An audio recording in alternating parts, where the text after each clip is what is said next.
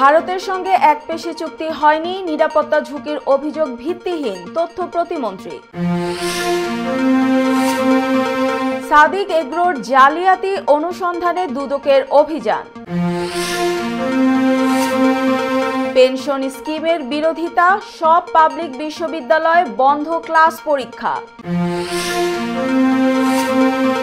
ত্রুটিপূর্ণ নকশা, $487 মিলিয়ন জরিমানার মুখে বোয়িং। ধেয়ে আসছে হারিকেন বেরিল। গোপনে বিয়ের খবর ফাঁস ববির। এবং কোপার কোয়ার্টারে আর্জেন্টিনার প্রতিপক্ষ চূড়ান্ত। আসসালামু আলাইকুম, সবাইকে স্বাগত জানাচ্ছি মিলেনিয়াম টিভি ইউএসএর প্রতিদিনের বাংলা সংবাদে। আপনাদের সাথে রয়েছি আমি অঞ্জলি কবির। দেখছিলেন সংবাদ শিরোনাম, এবারে বিস্তারিত। প্রথমে বাংলাদেশ প্রসঙ্গ।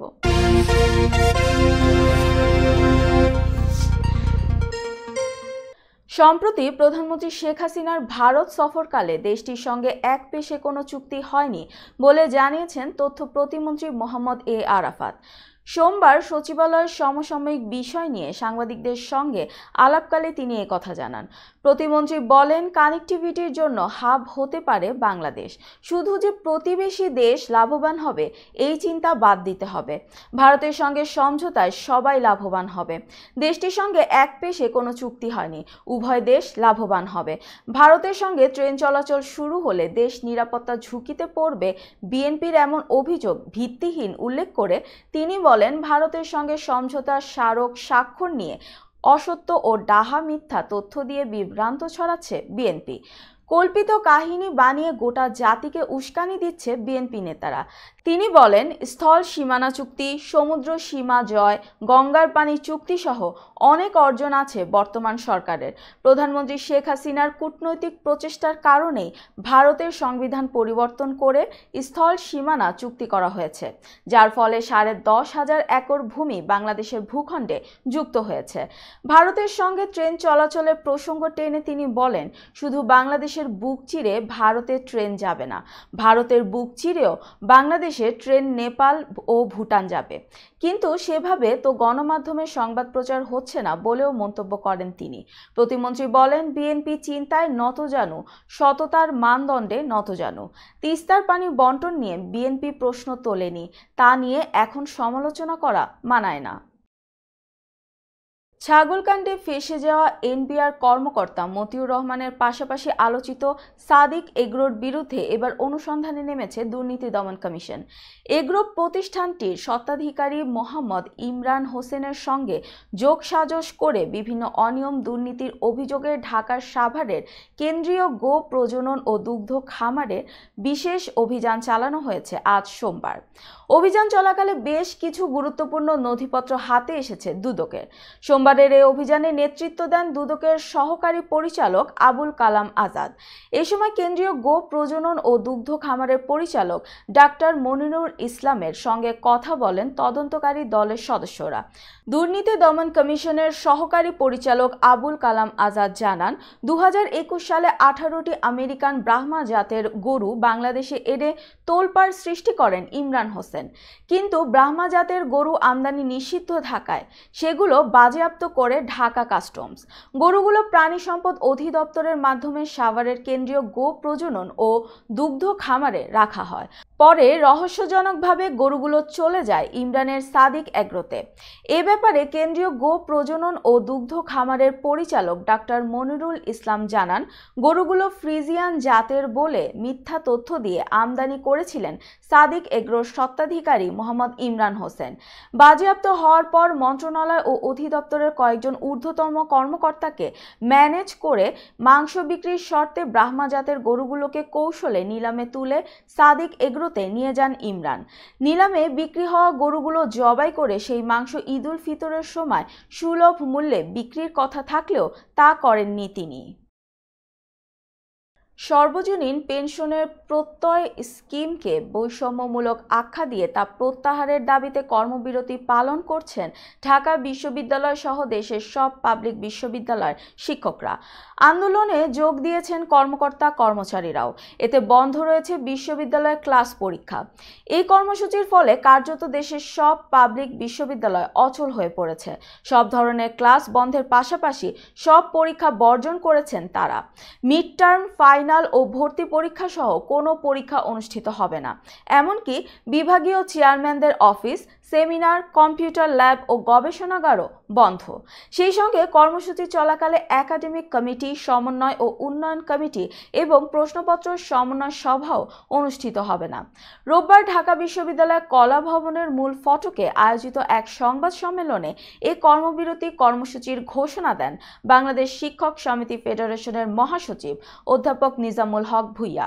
সংবাদ সম্মেলনে ফেডারেশনের সভাপতি অধ্যাপক ডক্টর মোহাম্মদ আখতারুল ইসলাম, জাহাঙ্গীরনগর বিশ্ববিদ্যালয় শিক্ষক সমিতির সভাপতি অধ্যাপক মোহাম্মদ মোতাহার হোসেন, বাংলাদেশ প্রকৌশল বিশ্ববিদ্যালয় শিক্ষক সমিতির সভাপতি অধ্যাপক মিজানুর রহমান প্রমুখ উপস্থিত ছিলেন। সরকারি বিশ্ববিদ্যালয়গুলোর শিক্ষকদের দাবি প্রত্যয় স্কিমের প্রজ্ঞাপন প্রত্যাহার, সুপার গ্রেডে বিশ্ববিদ্যালয় শিক্ষকদের অন্তর্ভুক্তি এবং শিক্ষকদের জন্য স্বতন্ত্র বেতন স্কেল প্রবর্তন করতে হবে। আর কর্মকর্তা কর্মচারীদের দাবি শুধু প্রত্যয় স্কিমের প্রজ্ঞাপন বাতিল। এসব দাবি আদায়ে রোববার পূর্ণ দিবস কর্মবিরতির পাশাপাশি অপরাজেয় বাংলার পাদদেশে প্রতিবাদ সমাবেশও করেছে ঢাকা বিশ্ববিদ্যালয় কর্মকর্তা কর্মচারী ঐক্য পরিষদ।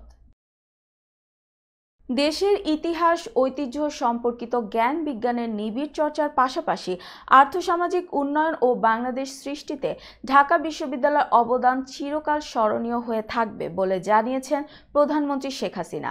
ঢাকা বিশ্ববিদ্যালয়ের ১০৩তম প্রতিষ্ঠাবার্ষিকী উপলক্ষে এক বাণীতে এ কথা বলেন তিনি।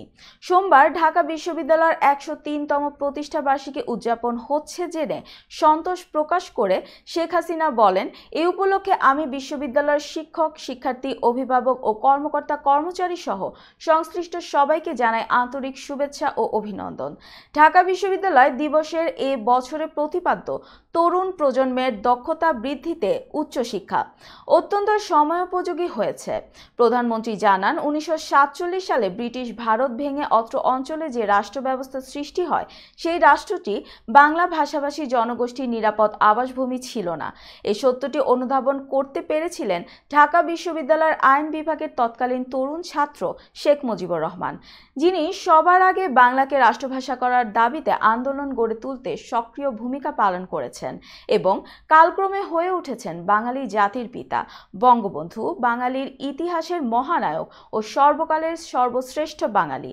সেই থেকে ইতিহাস, ঐতিহ্য সম্পর্কিত জ্ঞান ও বিজ্ঞানের নিবিড় চর্চা এবং দেশের আর্থসামাজিক উন্নয়নে ঢাকা বিশ্ববিদ্যালয় সক্রিয় ভূমিকা রাখার পাশাপাশি বাংলাদেশ নামক একটি জাতিরাষ্ট্র সৃষ্টিতে এই প্রতিষ্ঠানটির অনবদ্য অবদান চিরকাল স্মরণীয় হয়ে থাকবে।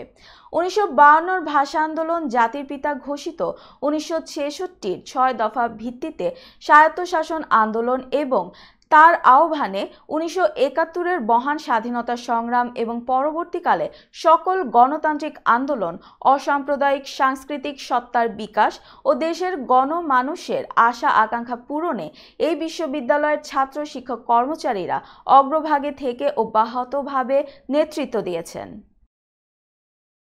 দর্শক, এবার দেখবেন যুক্তরাষ্ট্র সংবাদ।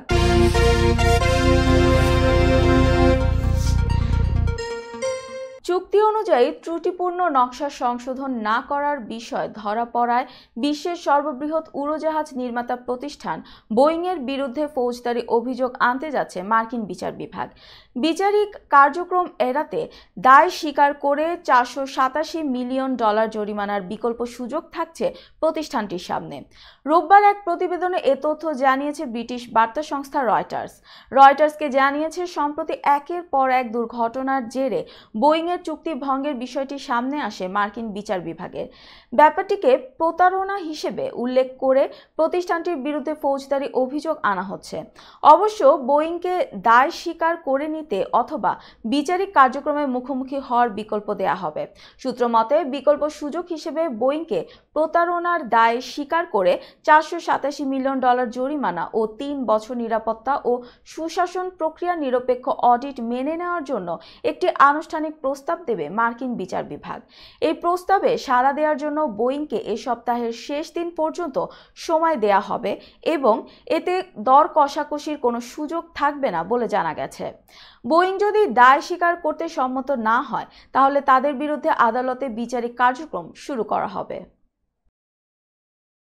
দর্শক, মিলেনিয়াম টিভি ইউএসএ প্রতিদিনের বাংলা সংবাদের এ পর্যায়ে ছোট্ট একটি বিরতি, সঙ্গেই থাকুন।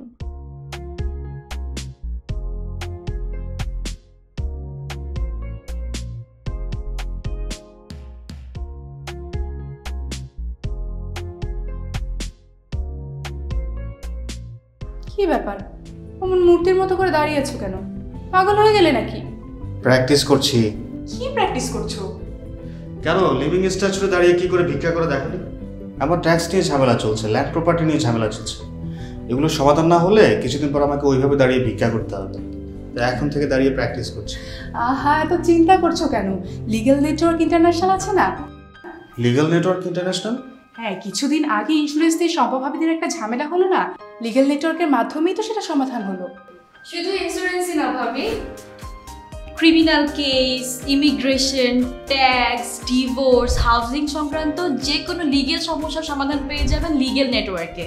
যুক্তরাষ্ট্রের 50টি স্টেটে যে কোনো প্রান্তে যে কোনো লিগেল সহায়তা দিতে কিন্তু আমাদের সঙ্গে আছে লিগেল নেটওয়ার্ক ইন্টারন্যাশনাল। শুধু তাই নয়, লিগেল নেটওয়ার্কে আছেন যুক্তরাষ্ট্রের স্বনামধন্য সব লয়ার, যাদের আইনি সহায়তায় যে কোনো লিগেল সমস্যার সমাধান পেয়ে যাবেন খুব সহজেই। তাহলে দেরি কেন? এখনই চলো লিগ্যাল নেটওয়ার্কে। I'm Nasrin Mosnu, immigration attorney. I was born and raised here in New York City. I have been working at various immigration firms since I was a teenager, including with my father. I'm passionate and dedicated about immigration. I am committed to provide my clients with nothing but the best. আমরা asylum office, immigration court সহ যুক্তরাষ্ট্রের 50টি state ও বাংলাদেশ কনসুলেটে আপনাদের আইনগত সহায়তার নিশ্চয়তা দিচ্ছি। Please come and take advantage of our excellent legal services. Our initial consultations are always free. বরেণ্য অভিনেতা আবুল হায়াত একজন স্বাস্থ্য সচেতন মানুষ। একদিন শুটিংয়ে হঠাৎ অসুস্থ হয়ে হতাশায় ভোগেন। সবাই ব্যস্ত, এখন আমার সেবা করবে কে? কেন? নিউ ইয়র্কে গোল্ডেন এজ হোম কেয়ার আছে না, আপনাদের হতাশা দুশ্চিন্তা দূর করে সুস্থ করে তোলে যাদের অঙ্গীকার। সঠিক সময়ে সঠিক সেবা দেওয়ার বিশ্বস্ত প্রতিষ্ঠানের নাম Golden Age Home Care. Golden Age Home Care New ইয়র্কবাসীর পূর্ণ আস্থার জায়গা। আই শোনো না, আমার অনেক খিদে পেয়েছে। তোমাকে সুস্বাদু বিরিয়ানি খাওয়াবো। আমি চাইনিজ খাবো। আমি গ্রিল খাবো। আমি পিৎজা খাবো। এত খাবার একসাথে পাবো কোথায়? কেন খলিলে জানেন না? খলিলে একসাথে সব পাওয়া যায়। খলিল, খলিল, ওয়াও, এই যে পেয়ে গেছি খলিল বিরিয়ানি এন্ড হালাল চাইনিজ। নিউ ইয়র্কের পারচেস্টারে সার্টিফাইড শেফ খলিলের পরিচালনায় Khalil biryani, Chinese, pizza, grill, বিশ্বস্ত ও আস্থার তৃপ্তিতে ভরপুর খলিল ফুডস। উন্নত মানের হালাল খাবার মানে খলিলের খাবার। নীরব রেস্টুরেন্ট অ্যান্ড হালাল চাইনিজ, আপনাদের তৃপ্তি আমাদের আনন্দ। আমাদের রেস্টুরেন্টে পাচ্ছেন সম্পূর্ণ হালাল উপায়ে তৈরিকৃত সুস্বাদু আর মুখরোচক সব দেশীয় ও চাইনিজ খাবারের সমারোহ। স্বাদে আর মানে অতুলনীয় সব খাবার যে কোনো সামাজিক বা প্রাতিষ্ঠানিক অনুষ্ঠানে পৌঁছে দিতে আমাদের রয়েছে ক্যাটারিং সেবা। বিয়ে বা জন্মদিনের অনুষ্ঠানে, স্কুলে, ব্যাংকোয়েট হল, ইসলামিক সেন্টার অথবা পিকনিকের জন্য আমরা ক্যাটারিং সেবা প্রদান করে থাকি। আমাদের সাথে যোগাযোগের ঠিকানা 2096 Sterling Avenue, Bronx, New York 10462। Phone number 718-918-1234। আমাদের অফিসিয়াল ওয়েবসাইট www.nirob.com। আমাদের ইমেইল অ্যাড্রেস nirobronx@gmail.com। এছাড়া নীরব রেস্টুরেন্টের স্বত্বাধিকারী মোহাম্মদ রেহমানের সাথে যোগাযোগ করতে পারেন। যোগাযোগ নম্বর 9179811747। Thank you. আবারও স্বাগত মিলেনিয়াম টিভি ইউএসএ প্রতিদিনের বাংলা সংবাদে। দর্শক, ফিরে যাচ্ছি যুক্তরাষ্ট্র সংবাদে। আটলান্টিক মহাসাগরে সৃষ্ট হওয়া হারিকেন বেরিল প্রবল শক্তি সঞ্চয় করে স্থলভাগের দিকে দ্রুত গতিতে ধেয়ে আসছে। ইতিমধ্যে এই ঝড় ক্যাটাগরি 3-এ পরিণত হয়েছে। শুক্রবার আটলান্টিক মহাসাগরে ঘূর্ণিঝড়ের রূপ নেয় হারিকেন বেরিল। শক্তিশালী এই ঝড় ক্যারিবীয় অঞ্চলে ঘন্টায় 179 থেকে 209 কিলোমিটার বাতাসের গতিবেগ নিয়ে তাণ্ডব চালাতে পারে বলে আশঙ্কা করা হচ্ছে।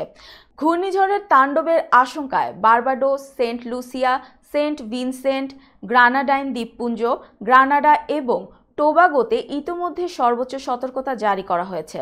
যুক্তরাষ্ট্রের ন্যাশনাল হারিকেন সেন্টার জানিয়েছে, রোববার ভোর রাত থেকে হারিকেন বেরিল ক্যারিবীয় অঞ্চলের উইন্ড ওয়ার্ড দ্বীপপুঞ্জে আঘাত হানতে পারে।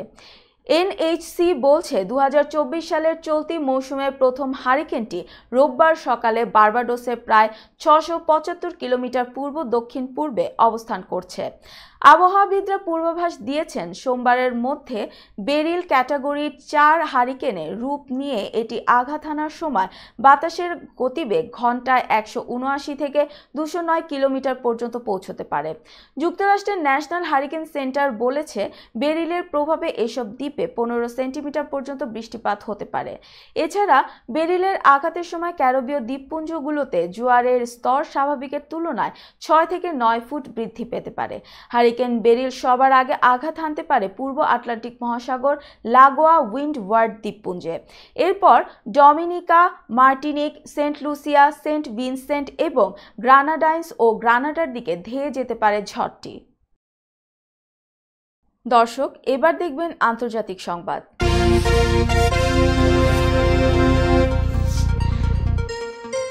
ফ্রান্সের পার্লামেন্ট নির্বাচনের প্রথম ধাপের ভোট গ্রহণ গতকাল রোববার শেষ হয়েছে। এবারের ভোটে বিশাল ব্যবধানে এগিয়ে আছে কট্টর ডানপন্থী দল ন্যাশনাল র্যালি। ফলে ফরাসি প্রেসিডেন্ট ইমানুয়েল ম্যাক্রোর জোট বড় ধরনের পরাজয় বরণ করতে চলেছে। ভোট পরবর্তী বুথ ফেরত জরিপে এমন তথ্যই উঠে এসেছে।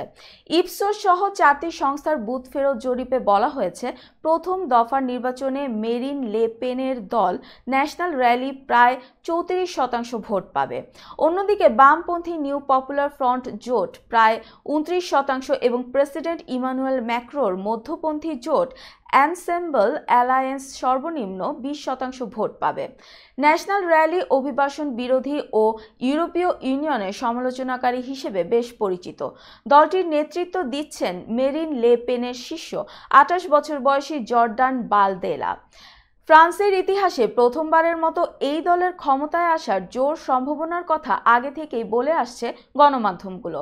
ভোটের পরপর উদযাপনরত সমর্থকদের উদ্দেশ্যে মেরিন লে পেন বলেন, অবমাননাকর ও বিনাশকারী শক্তিকে বদলে দিতে নিজেদের ইচ্ছার কথা জানিয়েছেন ফরাসি জনগণ।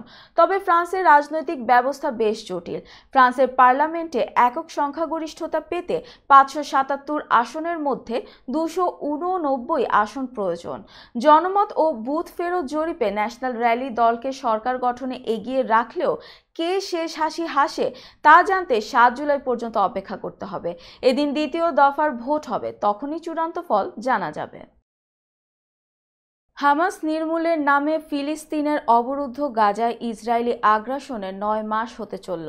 নির্বিচার এই আগ্রাসন থামাতে জাতিসংঘ কিংবা পরম মিত্র যুক্তরাষ্ট্র কারো কথাতে কর্ণপাত করছে না দখলদার রাষ্ট্রটির শীর্ষ নেতৃত্ব। ফলশ্রুতিতে ক্রমেই অস্থিতিশীল হয়ে উঠছে মধ্যপ্রাচ্য পরিস্থিতি।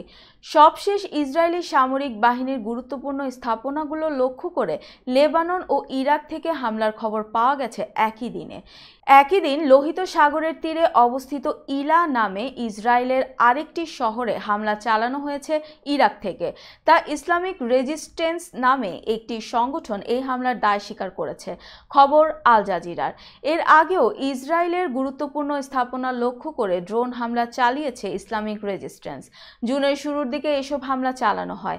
সে সময় সংগঠনটি জানায় যে তারা দখলদার ইসরায়েলের গুরুত্বপূর্ণ স্থাপনাগুলোকে ধ্বংস করে দিবে।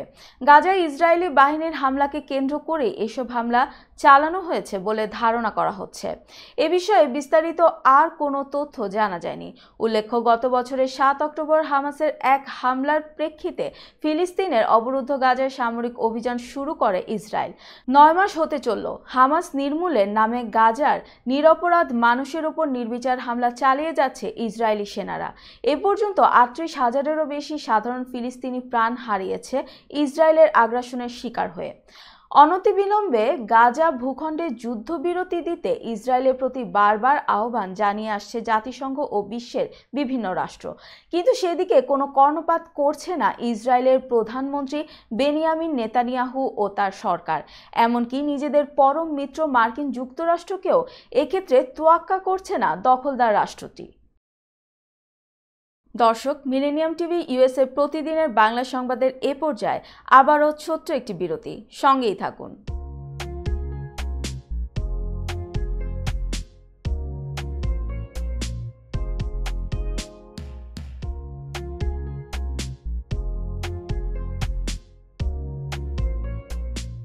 কি ব্যাপার, অমন মূর্তির মতো করে দাঁড়িয়ে আছো কেন? পাগল হয়ে গেলে নাকি? প্র্যাকটিস করছি। কি প্র্যাকটিস করছো? কেন লিভিং স্ট্যাচুরে দাঁড়িয়ে কি করে ভিক্ষা করে দেখনি? আমার ট্যাক্স নিয়ে ঝামেলা চলছে, ল্যান্ড প্রপার্টি নিয়ে ঝামেলা চলছে। এগুলো সমাধান না হলে কিছুদিন পর আমাকে ওইভাবে দাঁড়িয়ে ভিক্ষা করতে হবে। তাই এখন থেকে দাঁড়িয়ে প্র্যাকটিস করছি। আহা, এত চিন্তা করছো কেন? লিগ্যাল নেটওয়ার্ক ইন্টারন্যাশনাল আছে না? Legal network international? হ্যাঁ, কিছুদিন আগে ইন্স্যুরেন্স দিয়ে সম্পভাবীদের একটা ঝামেলা হলো না? লিগ্যাল নেটওয়ার্কের মাধ্যমেই তো সেটা সমাধান হলো। শুধু ইন্স্যুরেন্সই না ভাবি, criminal case, immigration, tax, divorce, housing সংক্রান্ত যে কোনো লিগেল সমস্যার সমাধান পেয়ে যাবেন লিগেল নেটওয়ার্কে। যুক্তরাষ্ট্রের 50টি স্টেটে যে কোনো প্রান্তে যে কোনো লিগেল সহায়তা দিতে কিন্তু আমাদের সঙ্গে আছে লিগেল নেটওয়ার্ক ইন্টারন্যাশনাল। শুধু তাই নয়, লিগেল নেটওয়ার্কে আছেন যুক্তরাষ্ট্রের স্বনামধন্য সব লয়ার, যাদের আইনি সহায়তায় যে কোনো লিগেল সমস্যার সমাধান পেয়ে যাবেন খুব সহজেই। তাহলে দেরি কেন? এখনই চলো লিগ্যাল নেটওয়ার্কে। I'm Nasrin Mosnu, immigration attorney. I was born and raised here in New York City. I have been working at various immigration firms since I was a teenager, including with my father. I'm passionate and dedicated about immigration. I am committed to provide my clients with nothing but the best. আমরা asylum office, immigration court সহ যুক্তরাষ্ট্রের 50টি state ও বাংলাদেশ কনসুলেটে আপনাদের আইনগত সহায়তার নিশ্চয়তা দিচ্ছি। Please come and take advantage of our excellent legal services. Our initial consultations are always free. বরেণ্য অভিনেতা আবুল হায়াত একজন স্বাস্থ্য সচেতন মানুষ। একদিন শুটিংয়ে হঠাৎ অসুস্থ হয়ে হতাশায় ভোগেন। সবাই ব্যস্ত, এখন আমার সেবা করবে কে? কেন? নিউ ইয়র্কে গোল্ডেন এজ হোম কেয়ার আছে না? আপনাদের হতাশা দুশ্চিন্তা দূর করে সুস্থ করে তোলে যাদের অঙ্গীকার। সঠিক সময়ে সঠিক সেবা দেওয়ার বিশ্বস্ত প্রতিষ্ঠানের নাম Golden Age Home Care. Golden Age Home Care New ইয়র্কবাসীর পূর্ণ আস্থার জায়গা। আই শোনো না, আমার অনেক খিদে পেয়েছে। তোমাকে সুস্বাদু বিরিয়ানি খাওয়াবো। আমি চাইনিজ খাবো। আমি গ্রিল খাবো। আমি পিৎজা খাবো। এত খাবার একসাথে পাবো কোথায়? কেন? খলিলে জানেন না, খলিলে একসাথে সব পাওয়া যায়। খলিল, খলিল, ওয়াও, এই যে পেয়ে গেছি খলিল বিরিয়ানি এন্ড হালাল চাইনিজ। নিউ ইয়র্কের পারচেস্টারে সার্টিফাইড শেফ খলিলের পরিচালনায় Khalil biryani, Chinese, pizza, grill, বিশ্বস্ত ও আস্থার তৃপ্তিতে ভরপুর খলিল ফুডস। উন্নত মানের হালাল খাবার মানে খলিলের খাবার। ইয়েস। নীরব রেস্টুরেন্ট অ্যান্ড হালাল চাইনিজ, আপনাদের তৃপ্তি আমাদের আনন্দ। আমাদের রেস্টুরেন্টে পাচ্ছেন সম্পূর্ণ হালাল উপায়ে তৈরিকৃত সুস্বাদু আর মুখরোচক সব দেশীয় ও চাইনিজ খাবারের সমারোহ। স্বাদে আর মানে অতুলনীয় সব খাবার যে কোনো সামাজিক বা প্রাতিষ্ঠানিক অনুষ্ঠানে পৌঁছে দিতে আমাদের রয়েছে ক্যাটারিং সেবা। বিয়ে বা জন্মদিনের অনুষ্ঠানে, স্কুলে, ব্যাংকোয়েট হল, ইসলামিক সেন্টার অথবা পিকনিকের জন্য আমরা ক্যাটারিং সেবা প্রদান করে থাকি। আমাদের সাথে যোগাযোগের ঠিকানা 2096 Sterling Avenue, Bronx, New York 10462। Phone number 718-918-1234। আমাদের অফিসিয়াল ওয়েবসাইট www.nirav.com, আমাদের ইমেইল অ্যাড্রেস nirav@gmail.com। এছাড়া নীরব রেস্টুরেন্টের স্বত্বাধিকারী মোহাম্মদ রেহমানের সাথে যোগাযোগ করতে পারেন। যোগাযোগ নম্বর 9179811747। Thank you. দর্শক, আবারও স্বাগত মিলেনিয়াম টিভি ইউএসএ প্রতিদিনের বাংলা সংবাদে। এবার দেখবেন বিনোদন সংবাদ।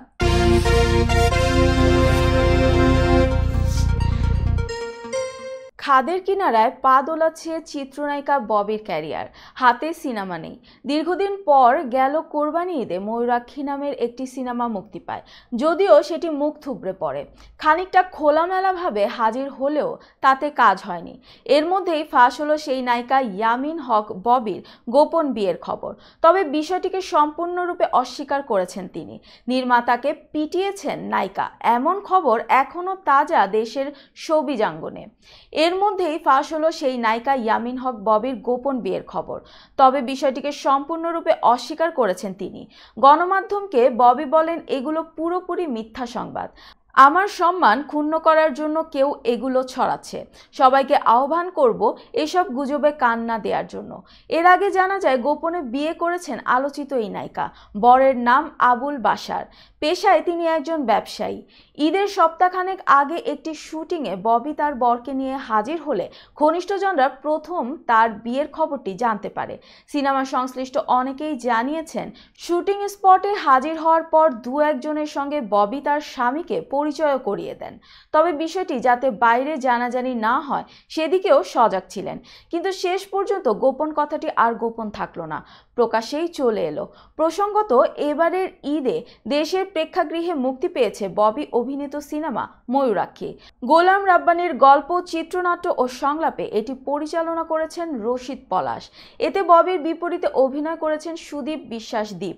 এছাড়া বিভিন্ন গুরুত্বপূর্ণ চরিত্রে সাদিয়া মাহি, সুমিত সেনগুপ্ত, ফারজানা ছবি, সৌম্য চৌধুরী, দীপক সুমন, সাবিনা পুথি, ফারুক, মুহিন খান, মানিক শাহ, জুলফিকার চঞ্চল প্রমুখ অভিনয় করেছেন। দেশের জনপ্রিয় অভিনেত্রী জয়া আহসান দেশের সীমানা ছাড়িয়ে ওপার বাংলাতেও জনপ্রিয় তিনি। বলিউডের সিনেমাতেও নাম লিখিয়েছেন তিনি। দুই বাংলাতেই কাজ নিয়ে ব্যস্ত জয়া। এক দশকের বেশি সময় ধরে দেশের দর্শকের পাশাপাশি ভারতের দর্শকের মন জয় করেছেন তিনি।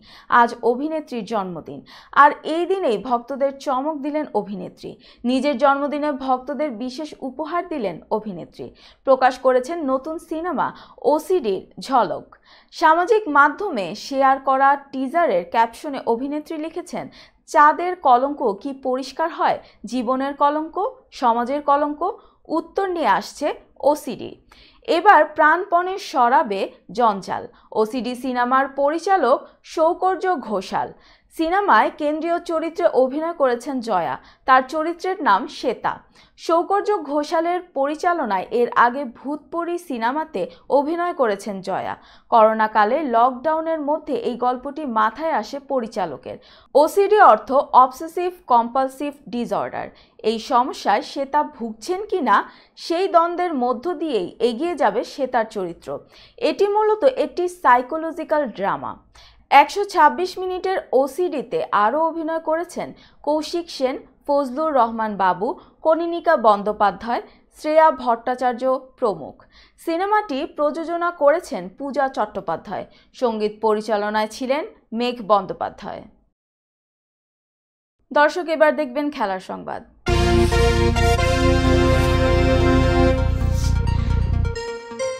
সবশেষ আইপিএলে রয়্যাল চ্যালেঞ্জার্স বেঙ্গালুরু হয়ে ব্যাটিংয়ে দুর্দান্ত পারফরমেন্স করেছিলেন দীনেশ কার্তিক। তবে এলিমিনেটর পর্ব থেকে দল বাদ পড়লে 24 মে আইপিএল থেকে অবসর নিয়েছিলেন তিনি। সদ্য শেষ হওয়া টি-20 বিশ্বকাপে ধারাভাষ্যকর হিসেবে দেখা গেছে এই উইকেট রক্ষক ব্যাটারকে। এবার আরও একটি নতুন রূপে দেখা যাবে কার্তিককে। আইপিএল থেকে অবসর নিলেও বেঙ্গালুরুর সঙ্গেই থাকছেন তিনি।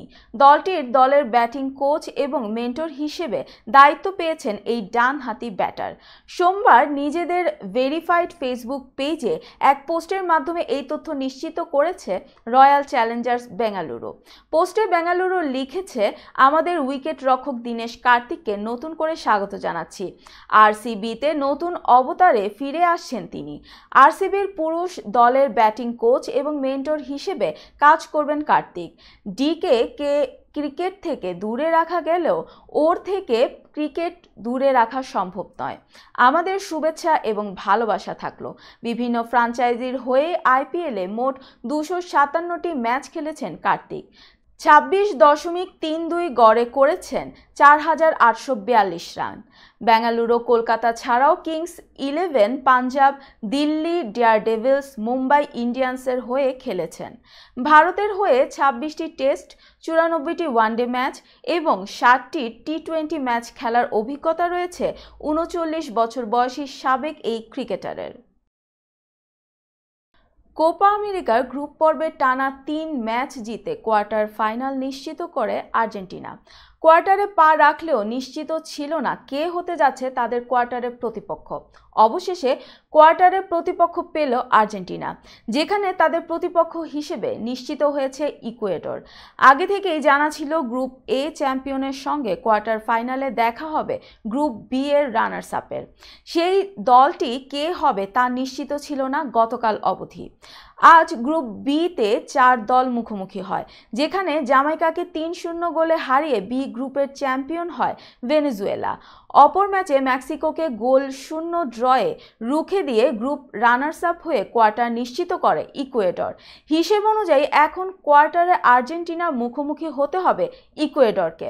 আর্জেন্টিনার জন্য ইকুয়েডরের অবশ্য তুলনামূলক সহজ প্রতিপক্ষই হওয়ার কথা, কেননা চলতি বছরই তাদের সঙ্গে প্রীতি ম্যাচ খেলেছে আর্জেন্টিনা, যেখানে 1-0 গোলের জয়ও পেয়েছে তারা। তাছাড়া ইকুয়েডরের বিপক্ষে কোপা আমেরিকা এর আগে 11 বার মাঠে নেমেও হারেনি আর্জেন্টিনা। 4টি ম্যাচ ড্র হয়েছে। এমনকি সব মিলিয়ে ইকুয়েডরের বিপক্ষে 40 ম্যাচের 26টিতেই জিতেছে আর্জেন্টাইনরা। ইকুয়েডর জিতেছে কেবল 5টি ম্যাচে। তাছাড়া সবশেষ কোপা আমেরিকাতেও কোয়ার্টার ফাইনালে ইকুয়েডরকে পেয়েছিল আর্জেন্টিনা।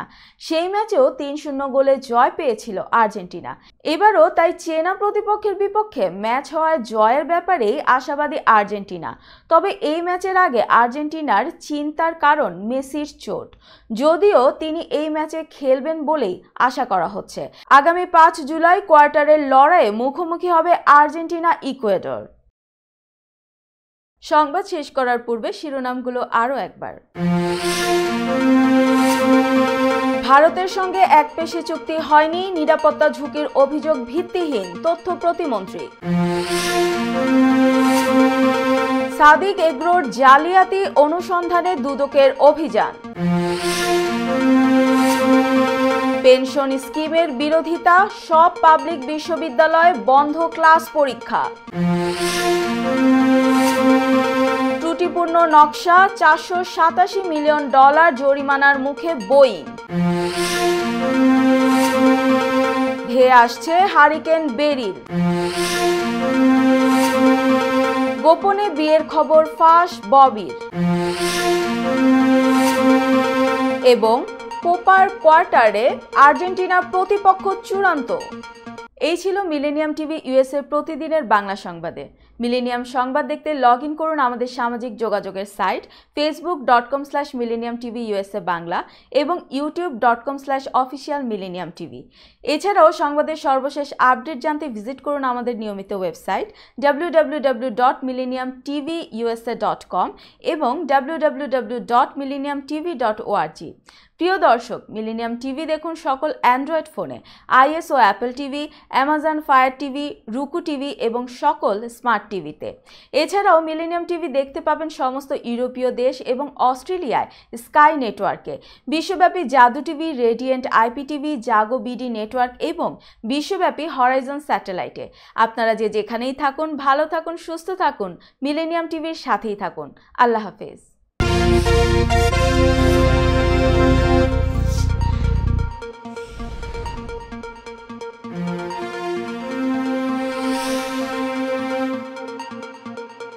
আল্লাহ।